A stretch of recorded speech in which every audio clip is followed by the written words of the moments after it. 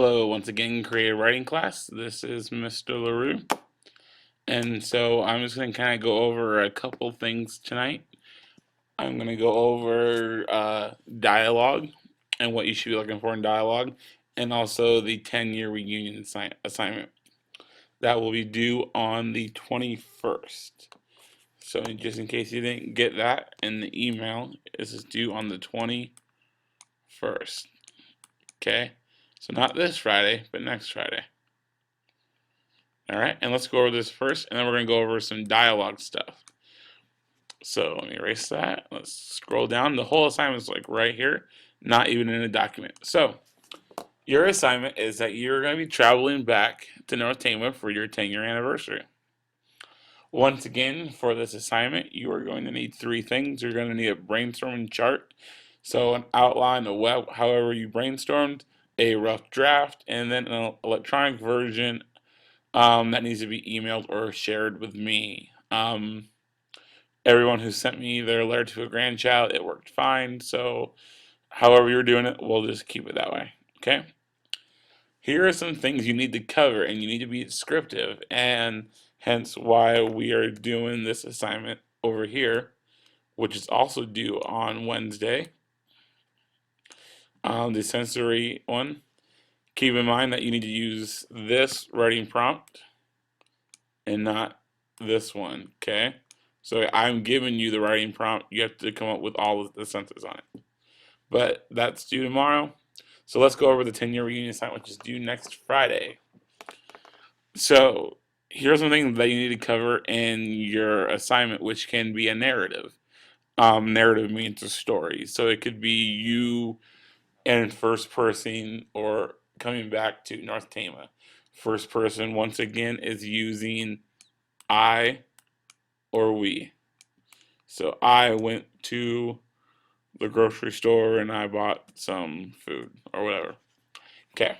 So some things you need to cover is what does the school look like now, and what does the town look like now? What does Traer look like? Is there a school still in Traer? Has Traer grown? Has the school been demolished and rebuilt? Does it look like it used to?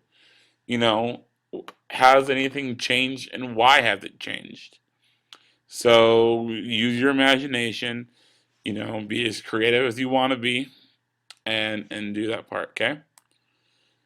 So for example, one thing you could be doing if you don't live in town in your future self, you could say that I'm driving in from 63 and blah blah blah blah blah. Whatever you're gonna do. All right? Number two, you must describe what you have done in the past 10 years. What did you do after high school? It doesn't do what you really want to do, but it needs to be detailed as well. So, and when I say detailed, I mean be specific. And so, just an example that has nothing to do with this assignment. So, I went to the grocery store and I got some fruit. Well, fruit, yeah, that's specific because it's a type of food, but it's not specific enough. And so you need to be, I went to the store and I bought a box of oranges, or I bought a bag of apples, or I bought four bananas, or whatever it is. And so when you're doing this, be as specific as you can. Okay? The next part, you need to choose 3 to 4 of your friends or people that are in your graduation class. So it doesn't have to necessarily be your best friends, because chances are 10 years down the road, you're still friends with them. So maybe it's other people who are going to go on to either bigger or weirder things. You're going to have their description, what they've done over the last 10 years, and you're going to have dialogue between you and them. And so, hence why we're going to go over dialogue here in a little bit. Just a reminder that the way you portray your friends can be funny, but it must be school appropriate and it has to be positive. Um, for example, this is actually an assignment that I did when I was in high school for my senior class, and my brother did it as well. And so I read his, and he has a friend, and they all like talk about his calves Like his legs, I have no idea, but apparently he's got really muscular legs. And so his whole future thing was that, he went to school to be like an astronaut or a scientist or something, and then he ended up being a calf model. I have no idea, but that's something that you could do. And it's weird, it's out there, but it's not negative. You're not making fun of someone. And so be positive with these. Don't mention drugs or guns or criminal acts of any kind, alcohol, etc. My rule of thumb is when in doubt, leave it out. When in doubt, leave it out. And if you fail to follow this rule, you'll lose all your points for this assignment. Okay? So, things I'm going to be looking for. I'm looking for writing your dialogue properly. Not only punctuation and spelling, but does it sound good? If you're writing from a guy's perspective, make sure it sounds like a guy, or make sure it sounds like that person. Okay? That's going to be really helpful for when you make up your own characters later on this semester. If you're going to write from the perspective of a 85-year-old African American woman and you are a white guy, you need to sound like that person and not like yourself. That's one of the hardest things that I have trouble with myself, is writing dialogue from a different gender or a different perspective other than my own. But we'll get more into that here in a little bit. Do you use proper grammar, spelling, punctuation? Do you know how to paragraph correctly? This is a narrative. So once you like kind of change ideas or change scenes, you need the paragraph. You need to do a new paragraph, as well as whenever there's dialogue between two different people, you need to switch up dialogue. Okay. And then, do you cover everything well that you were asked to in the essay? So these couple things up here, okay? Normally these are, about 3 pages. Dialogue takes up a little bit of room. So I mean, write it enough, write it well, okay? All right. So now we're gonna go into dialogue. So at the bottom here, there's going to be a file called 8 Tips for Dialogue, and so you're gonna click on that. Open it up in Kingsoft, or it opens up in Google too. So that's fine. And so we're going to go over this, okay? These are just kind of 8 rules that everyone should follow when they're writing dialogue. And the first one is creative dialogue tags. When I say a tag, is usually what's at the end of dialogue. So, I went to the store, he said. He said would be the tag there. And some people, sorry, some people try to get really creative with these, like he hollered or he shouted, he yelled, he murmured, he stuttered, all that kind of stuff. You don't need to, and the reason is because one, when most people read, they don't really ever read the he said part or she said. They just kind of skip over it. And if you do all these kind of weird tags, then it could distract your reader from what's really important. And also, you don't need to tell us how they said it if you write the dialogue well enough. The example here is, give me the hat he demanded. Well, if I'm saying, give me the hat, I'm telling you to do that already, so I'm already demanding you to do that. So you don't, it's kind of like it's repeating itself. And so I already know that he's demanding that, and so I don't need to write it again. And so ways that you can change that is you can add in action, or just other things, make the words sound better. Okay.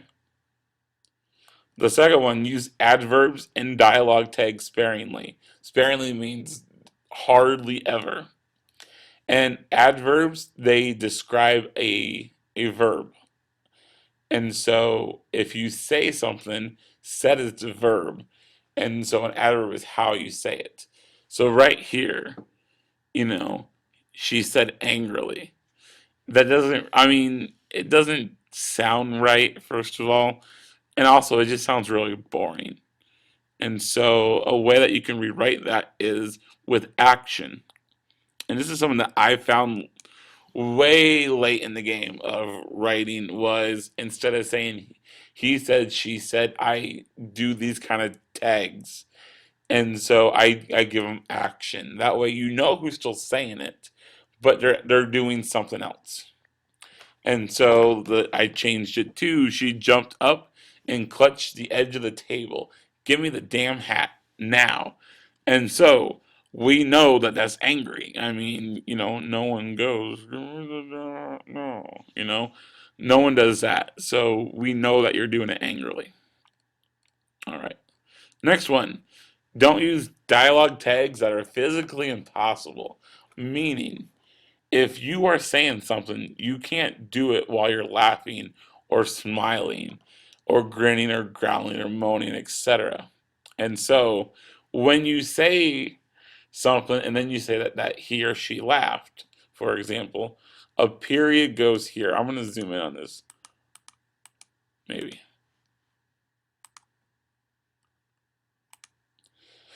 There we go. So on this one, the incorrect way, there's a comma there. That's how normal dialogue should be written if you're going to use like a he said or she said kind of a tag.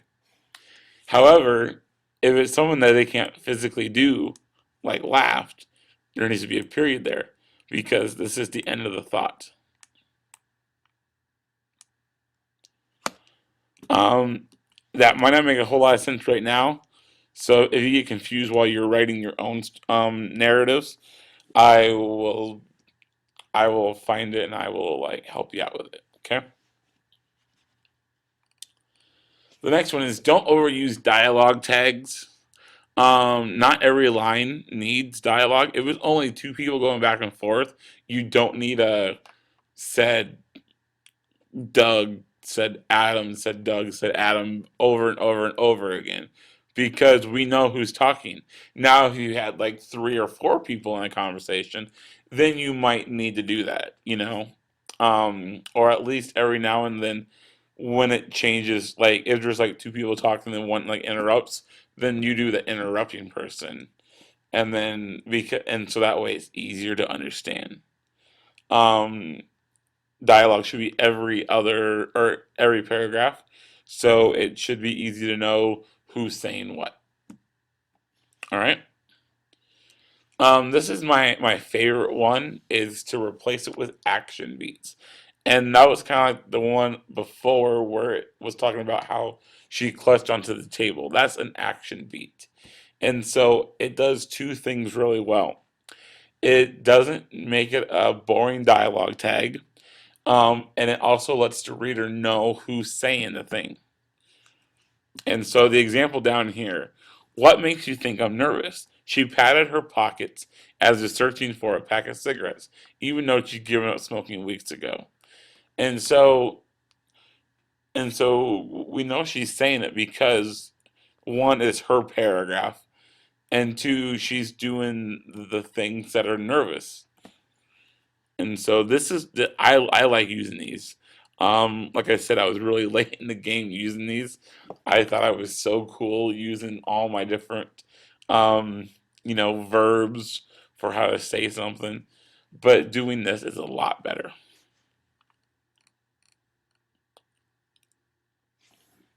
Number six is avoid double attribution, which means if you're gonna say someone says something, don't like don't chunk it with something else later on.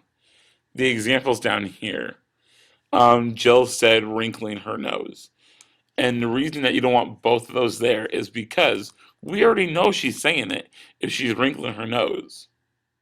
So that's why the correct way is Jill wrinkles her nose. I hate broccoli. Because we know she's saying it because it's in quotes. And also that kind of tells you how she probably says it as well. Pretty simple, but I figure I need to put it in here. And then number 7, don't delay dialogue tags too long. Meaning, if you're gonna have a big long quote like this one, break it up a little bit, and that way we know who's saying it. If you're gonna use a tag. So the incorrect way here is damn, and here I thought we'd get some peace and quiet once all the trappers and emigrants headed west, Charlie said. And the correct way would be damn, Charlie said. And here I thought, blah, blah, blah, blah. So it breaks it up well, and we know who's saying it way before the very end. And then the last one. Don't describe the way someone speaks before he or she actually speaks. Um, so down here, um, the incorrect way is in a voice that sounded like nails scratching over a blackboard, she shouted, "Get back here." And the correct way would be afterwards. Okay? So, there's your 8 things. If you have any questions over these, let me know. Otherwise, you have a couple of assignments. Let's see here. This one is due tomorrow, or today if you're watching this on Wednesday. Due Wednesday.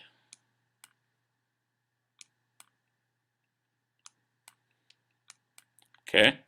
This one's due Wednesday. Once you get done with this one, and you watch this video,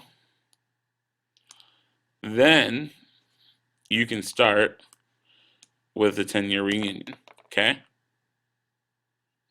Like I said, this is due next Friday. We're not spending a lot of time on it because I'm looking for just a couple things out of it, and I want to make sure that you guys know how to do them. Okay? So next Friday, the 21st.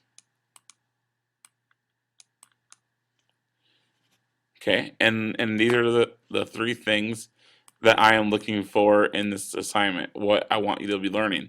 I want you to learn how to use dialogue. I want you to use sensory imagery, which is what you smell, see, taste, hear, and feel. And then also building a plot. I know this isn't exactly a story, but there's going to be a beginning, rise in action, climax, and an ending to your 10-year reunion. Because it's going to start at the beginning when you're driving into town, or you're leaving your house, or something like that. It's going to end with you leaving the high school or wherever your 10-year reunion is located at. All right. I think that's about it. If you have any questions, feel free to let me know. Have a good rest of your night.